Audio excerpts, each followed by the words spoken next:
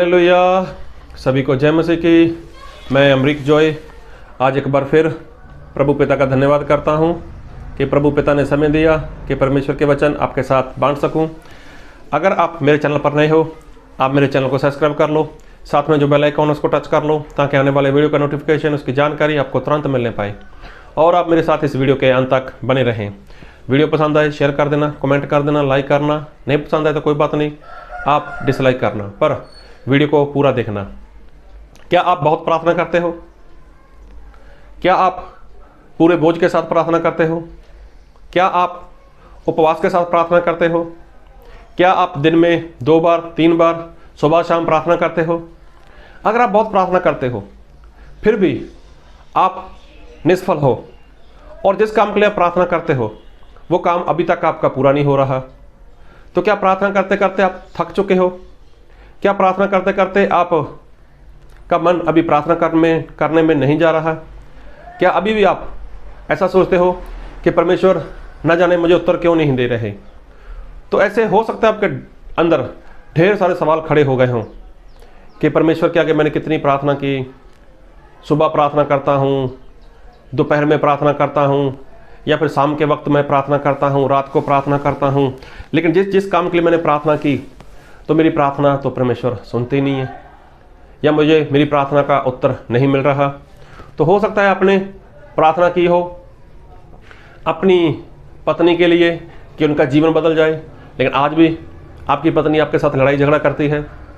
हो सकता है आपने अपने पति के लिए प्रार्थना की हो कि वो नशा छोड़ दे, या फिर वो मेरे साथ संगति में जाया करे, लेकिन फिर भी आपके पति वैसे के वैसे ही हैं। हो सकता है बच्चे माँ बाप के लिए प्रार्थना करता हो तो माँ बाप वैसे के वैसे। हो सकता है माँ बाप बच्चों के लिए प्रार्थना करते हो तो बच्चे वैसे के वैसे। तो क्या कारण है? क्या परमेश्वर की सुनने की ताकत वो कम हो गई, या परमेश्वर बहरे हो गए, या परमेश्वर आपकी प्रार्थना से अभी खुश नहीं है? आप घुटनों को बलाकर प्रार्थना भी करते हो, अपने हाथ उठाकर भी प्रार्थना करते हो, अरे उपवास के साथ भी प्रार्थना करते हो, लेकिन नहीं, जो आपको उत्तर मिलना चाहिए वो उत्तर नहीं मिल रहा। तो क्या कारण हो सकता है? क्या आपने अपने अगुए से बात की और अगुए ने भी आपको बोला कोई बात नहीं, आप प्रार्थना करते रहो, एक दिन परमेश्वर आपकी प्रार्थना को उत्तर देंगे? तो हो सकता है आप काफ़ी समय से प्रार्थना करते हो और कर रहे हो, अगुए ने बोला आपको कि प्रार्थना करते रहो, परमेश्वर उत्तर देंगे। और हो सकता है उस अगुए ने आपको दानियल की बात बता दी हो कि दानियल ने जब प्रार्थना की थी तो उसके उत्तर 21 दिन तक नहीं मिला था। दानियल जो परमेश्वर के बहुत बढ़िया दास हुए, सेवक हुए, तो उन्होंने प्रार्थना की तो उनको 21 दिन तक उत्तर नहीं मिला। तो कोई बात नहीं, आप भी प्रार्थना करते रहो। तो जब ऐसी बातें आप सुनते हो और एक तरफ आप अपने घर के हालात देखते हो, एक तरफ आप खुद के बारे में देखते हो, आपके हालात वैसे के वैसे, और हो सकता है आपको लगता हो कि अभी प्रार्थना का भी कोई फ़ायदा नहीं है, प्रार्थना परमेश्वर नहीं सुनने वाले, और प्रार्थना का जो असर दिखाई देना चाहिए था वो असर अभी दिखाई नहीं दे रहा। तो मैं एक बात कहना चाहता हूँ, निराश मत हो, उदास मत हो, लेकिन प्रार्थना परमेश्वर सुनते हैं। और परमेश्वर कहते हैं कि मैं बहरा नहीं हूँ कि मैं तुम्हारी प्रार्थना को ना सुन सकूं, तुम्हारी आवाज़ को ना सुन सकूं। मैं गूंगा नहीं हूं कि मैं तुम्हें उत्तर ना दे सकूं। तो देखो, परमेश्वर सुनते हैं, परमेश्वर उत्तर देते हैं, लेकिन परमेश्वर सुनेंगे कब? परमेश्वर सुनेंगे कब? जब आपकी प्रार्थना परमेश्वर के पास पहुंचेगी तभी तो परमेश्वर सुनने वाले हैं। जब परमेश्वर सुनेंगे उसके बाद परमेश्वर तो उत्तर देंगे ही। तो जब परमेश्वर सुनेंगे नहीं तो आपको लगेगा परमेश्वर बहरे हो गए, मेरी सुनी नहीं। परमेश्वर बहरे होने के साथ साथ वो तो गूंगे भी हो गए, मुझे उत्तर नहीं दे रहे। तो मेरे भाई लोगों, ध्यान से सुनो, ना तो परमेश्वर बहरे हैं और ना ही परमेश्वर गूंगे हैं, लेकिन परमेश्वर उत्तर तभी देंगे जब वो सुनेंगे। तो सुनेंगे तब जब आपकी बात, आपकी प्रार्थना, आपकी विनती परमेश्वर के पास पहुंचेगी। तब आप ढेर सारी प्रार्थना करो, अरे हाथ उठाकर घुटनों के बलाकर प्रार्थना करो, उपवास के साथ प्रार्थना करो, करते रहो, लेकिन आपकी प्रार्थना परमेश्वर के पास नहीं पहुंची। वो तो आप बोलते हो कि परमेश्वर बहरे हैं, लेकिन परमेश्वर बोलेंगे अरे मेरे पास तो आया कुछ नहीं। तो जब मेरे पास आई नहीं आपकी प्रार्थना, मेरे पास आई नहीं आपकी विनती, मेरे पास आया नहीं आपकी कोई ऐसी बात, तो मैं उत्तर कैसे दूं?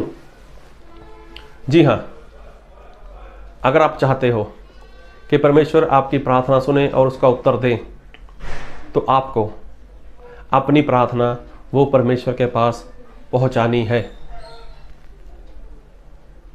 परमेश्वर के पास आपको अपनी प्रार्थना पहुंचानी है। और प्रार्थना पहुंचाने का सबसे आसान तरीका हम बाइबल से देखेंगे, और मैं एक वचन पढ़ूंगा आपके लिए, और मैं पढ़ूंगा आपके लिए प्रकाशित वाक्य उसका 5 अध्याय, और मैं पढ़ूंगा आपके लिए उसके 8 वचन से। जब उसने पुस्तक ले ली तो वह चारों प्राणी और 24 प्राचीन उस मेमने के सामने गिर पड़े। उनमें से हर एक के हाथ में वीणा और धूप, जो पवित्र लोगों की प्रार्थना है, से भरे हुए सोने के कटोरे थे। तो देखो यहाँ पर लिखा है कि उनके हाथों में वीणा और धूप, यहाँ पर धूप का जिक्र हो रहा है। धूप जो पवित्र लोगों की प्रार्थना है।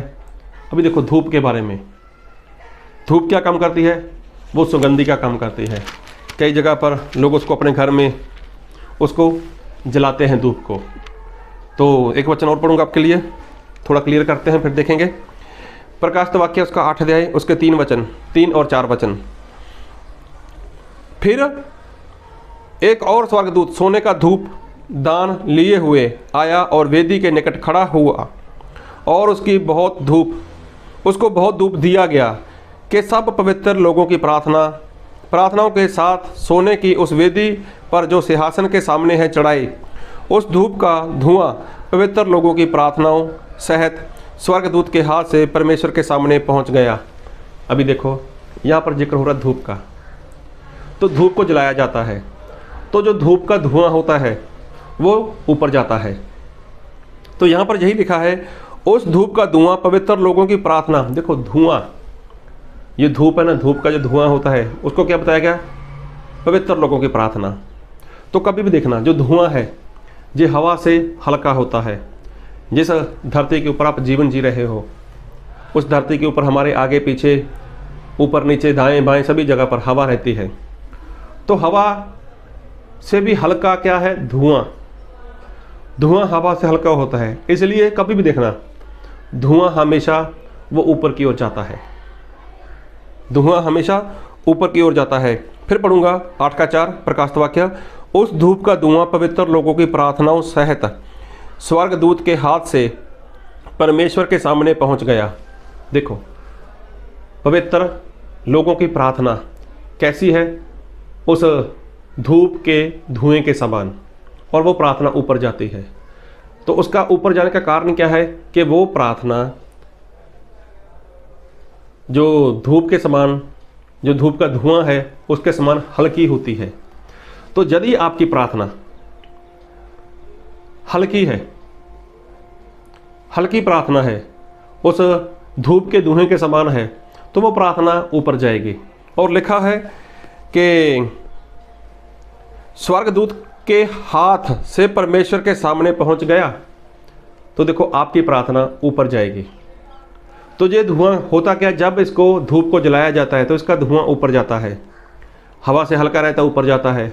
अभी ऊपर जाकर जब धुआं ये पानी बन जाता है, पानी में भाप में बदल जाता है, तो वहाँ से ये नीचे आता है बरसात के रूप में। तो ऐसे ही जब आप प्रार्थना करते हो तो आपकी प्रार्थना जितनी हल्की होगी, जितनी प्रार्थना आपकी हल्की होगी, उस प्रार्थना में वजन नहीं होगा, तो आपकी प्रार्थना क्या है, वो परमेश्वर के पास पहुंचेगी। तो जब आपकी प्रार्थना परमेश्वर के पास पहुंचेगी, तब क्या होगा, तब परमेश्वर आपकी प्रार्थना को सुन लेंगे। वो परमेश्वर बहरे नहीं है। अरे जब आप प्रार्थना भारी करोगे, चाहे आप घंटा करते हो, 2 घंटे करते हो, 2 टाइम करते हो, 3 टाइम करते हो, तो आपकी प्रार्थना ऊपर जाती नहीं है। जब आपकी प्रार्थना ऊपर जाएगी नहीं तो आप क्या थक जाओगे, आप दुखी हो जाओगे, आपको ऐसे लगेगा मैंने बहुत प्रार्थना की, परमेश्वर ने सुनी नहीं, मैं तो इतनी प्रार्थना करता हूँ, परमेश्वर सुनते नहीं है। अरे ऐसा नहीं है। तो परमेश्वर के पास आपकी प्रार्थना जानी तो चाहिए। दानियल ने जब प्रार्थना की थी, तो दानियल की प्रार्थना पहले ही दिन उसी वक्त परमेश्वर ने सुन ली थी। वो तो उत्तर आने में देरी लगी, लेकिन इधर से लगातार दानियल लगातार प्रार्थना किए जा रहा है, लगातार प्रार्थना किए जा रहा है, तब तक जब तक उसको उत्तर नहीं मिला। जब तक उसको उत्तर नहीं मिला, लगातार दानियल प्रार्थना किए जा रहा है। इधर से प्रार्थना जा रही है, प्रार्थना जा रही है, परमेश्वर मेरे से बात करो, परमेश्वर मुझसे बात करो, परमेश्वर मुझे बताओ। ये सारी बातें उसकी प्रार्थना थी, और दानियल ने भारी प्रार्थना नहीं की। तो आज ज़्यादातर लोग अपनी परेशानी में, अपने दुख में, अपनी मुसीबत में प्रार्थना परमेश्वर से करते हैं, लेकिन भारी प्रार्थना करते हैं। उनके प्रार्थना के शब्द वो काफ़ी भारी होते हैं। जैसे एक बार प्रभु यीशु मसीह ने बताया कि एक बार 2 इंसान थे, वो मंदिर में गए प्रार्थना करने के लिए, एक फरीसी और एक चुंगी लेने वाला। तो फरीसी के प्रार्थना के शब्द देखना, परमेश्वर मैं अपनी सारी कमाई का 10वां देता हूँ, मैं व्यभिचारी नहीं हूँ, मैं ठगी मारने वाला नहीं हूँ, मैं तो 1 हफ्ते में 2 उपवास करता हूँ, मैं ऐसा हूँ, मैं वैसा हूँ। तो कितनी भारी प्रार्थना की उसने, क्या उसकी प्रार्थना सुनी गई? तो जो चुंगी लेने वाला था, उसने क्या प्रार्थना की, हे परमेश्वर मैं पापी हूँ, मुझ पर दया कर। तो देखो किसकी प्रार्थना सुनी परमेश्वर ने, उस चुंगी लेने वाले की। तो हो सकता है आप प्रार्थना करते हो, लंबी प्रार्थना करते हो, लंबी प्रार्थना करनी चाहिए, गलत बात नहीं है, लेकिन हो सकता है आपकी प्रार्थना भारी हो, जिसकी वजह से आपको उत्तर नहीं मिलता। तो सिर्फ आप अपने प्रार्थना करने का तरीका बदल कर देखो, हल्की प्रार्थना करो। हल्की प्रार्थना कैसी? अभी एक वचन पढ़ूंगा, पहला पतरस उसका 3 अध्याय उसके 7 वचन। वैसे ही हे पत्नियों तुम भी बुद्धिमानी से, वैसे ही हे पतियों तुम भी बुद्धिमानी से पत्नियों के साथ जीवन निर्वाह करो, और स्त्री को निर्बल पात्र जानकर उसका आदर करो, यह समझकर के हम दोनों जीवन के वरदान के वारिश हैं, जिससे तुम्हारी प्रार्थना रुक न जाए। अभी देखो, अगर पति और पत्नी के बीच में अनबन है, दोनों में कुछ गड़बड़ी है, यदि उनमें दोनों में मेल मिलाप नहीं है, दोनों में शांति नहीं है, तब जितनी मर्जी प्रार्थना करो, वो की गई प्रार्थना क्या हो जाएगी? भारी हो जाएगी। क्यों? क्योंकि मन में कड़वाहट है, मन में नफरत है एक दूसरे के लिए, गुस्सा है। तो ये क्या हो गई? प्रार्थना भारी हो गई। और प्रार्थना तो कर रहे हो आप, आधा घंटा, घंटा, 1.5 घंटा जो भी प्रार्थना कर रहे हो, लेकिन वो प्रार्थना ऊपर जाएगी नहीं। क्योंकि प्रार्थना क्या है? वो तो धुआं, जो धूप का धुआं है उसके समान है। और मैंने बताया कि धुआं क्या है? हवा से हल्का है, इसलिए वो धुआं ऊपर जाता है। तो जब तक आपकी प्रार्थना धुएं के समान नहीं होगी, तब तक आपकी प्रार्थना ऊपर नहीं जाने वाली। और जब तक आपकी प्रार्थना ऊपर नहीं जाने वाली, तब तक वो आशीष में नहीं बदलेगी। तो धुआं क्या करता है? जब वो ऊपर जाकर भारी हो जाता है, तो वो क्या करता है? पानी में बदल जाता है। तो इसलिए आप अपनी प्रार्थना का तरीका बदलो। अगर आपके मन में किसी के प्रति बैर है, चाहे कोई भी हो सकता है, अगर आपके मन में किसी के प्रति नफरत है, किसी से आप मेल मिलाप नहीं कर सकते, किसी को आप क्षमा नहीं कर सकते, तो आपकी प्रार्थना व्यर्थ है। एक वचन और पढ़ूंगा, मत्ती उसका 5 अध्याय और उसका 23 वचन। इसलिए यदि तू अपनी भेंट वेदी पर लाए और वहाँ तू स्मरण करे कि तेरे भाई के मन में तेरे लिए कुछ विरोध है, तो अपनी भेंट वहीं वेदी के सामने छोड़ दे और जाकर पहले अपने भाई से मेल मिलाप कर, तब आकर अपनी भेंट चढ़ा। अभी देखो, जहाँ पर प्रभु यीशु मसीह ने फिर बोला कि अगर कुछ बात ऐसी है और तुझे याद आ जाता है, तो सबसे पहले अपनी भेंट वहीं पर छोड़ दे, उसी वेदी पर छोड़ दे। पहले क्या कर? पहले मेल मिलाप कर। तो देखो, इंसान प्रार्थना तो करता है, लेकिन मन शुद्ध नहीं होता। प्रार्थना करने के बाद उसको काफ़ी दिन उस प्रार्थना को उत्तर नहीं मिलता।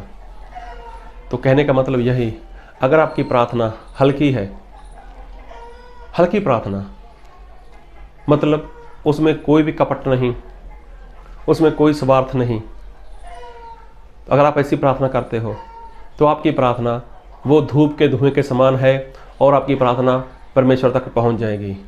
तो परमेश्वर बहरे नहीं है। तो जब आपकी प्रार्थना परमेश्वर के कान में जाएगी तो परमेश्वर सुनकर ही उत्तर देंगे ना, तो वो बहरे भी नहीं है। तो जब तक परमेश्वर के कान में वो बात जाएगी नहीं तो उत्तर कैसे दें। इसलिए आप जब भी प्रार्थना करो, सबसे पहले आपकी प्रार्थना हल्की होनी चाहिए। परमेश्वर को ऐसा नहीं बोलना कि परमेश्वर आपके वचन में ऐसा लिखा है, परमेश्वर अपने वचन में ऐसा बोला है। अरे मेरे भाई, ये तो प्रार्थना भारी हो जाएगी। तो क्या परमेश्वर भूले हुए हैं? जो वचन परमेश्वर ने दिया है, क्या परमेश्वर उस वचन को भूल गए? आप परमेश्वर को याद दिला सकते हो कोई बात? आप दिला सकते हो परमेश्वर को याद कि परमेश्वर आपके वचन में यहाँ पर ऐसा लिखा है? अरे कई लोग तो ऐसे हैं, बाइबल के वचन लेकर, आयत लेकर, किताब का नाम लेकर प्रार्थना करते हैं। तो जो सारी प्रार्थना भारी है, ऐसी भारी प्रार्थना करने का आपको कोई फायदा नहीं होने वाला। परमेश्वर ने वचन दिए हैं, परमेश्वर को सब कुछ याद है, आपको याद दिलाने की जरूरत नहीं है। कई लोग तो प्रार्थना करते हैं परमेश्वर के आगे इस रीति से कि जैसे वो परमेश्वर को ऐसा बोलते हैं, परमेश्वर तू तो फंस गया, परमेश्वर आप तो फंस गए, आपने जो वचन लिख कर दिया ना, अभी आप फंस गए। तो जितनी आपकी प्रार्थना भारी रहेगी तो उतनी ही प्रार्थना आपकी नहीं सुनी जाएगी। तो इसलिए हल्की प्रार्थना करो, शुद्ध हृदय कर लो, मन साफ कर लो। अगर किसी के साथ बैर है, किसी के साथ कुछ ऐसी वैसी बात है, तो आज अभी इसी टाइम अपने हृदय को शुद्ध करो और फिर परमेश्वर के आगे प्रार्थना करो। फिर देखो परमेश्वर आपकी प्रार्थना सुनकर आपको कैसे उत्तर देते हैं। अगर आपकी प्रार्थना कुछ भारी प्रार्थना है तो आप मुझे बता सकते हो कमेंट में। या मैं फिर कहूँगा, अगर आपका किसी के साथ बैर है, किसी को आप क्षमा नहीं कर पा रहे, तो आप उससे मेल मिलाप करो, उससे मुलाकात करो और परमेश्वर के वचन के अनुसार प्रार्थना करो। और आपकी प्रार्थना धुएं के समान होनी चाहिए। और धुआं, फिर बता रहा हूँ, हवा से हल्का होता है, इसलिए वो ऊपर जाता है। तो जब तक आपकी प्रार्थना हल्की नहीं होगी तब तक ऊपर नहीं जाएगी। जब तक ऊपर नहीं जाएगी परमेश्वर सुनेंगे नहीं। तो जब तक परमेश्वर नहीं सुनेंगे तो उत्तर कैसे देंगे। तो इसलिए प्रार्थना करो ऐसी कि आपको उत्तर मिले। तो प्रभु आपको इन वचनों से बहुत आयत की आशीष दे। आमीन।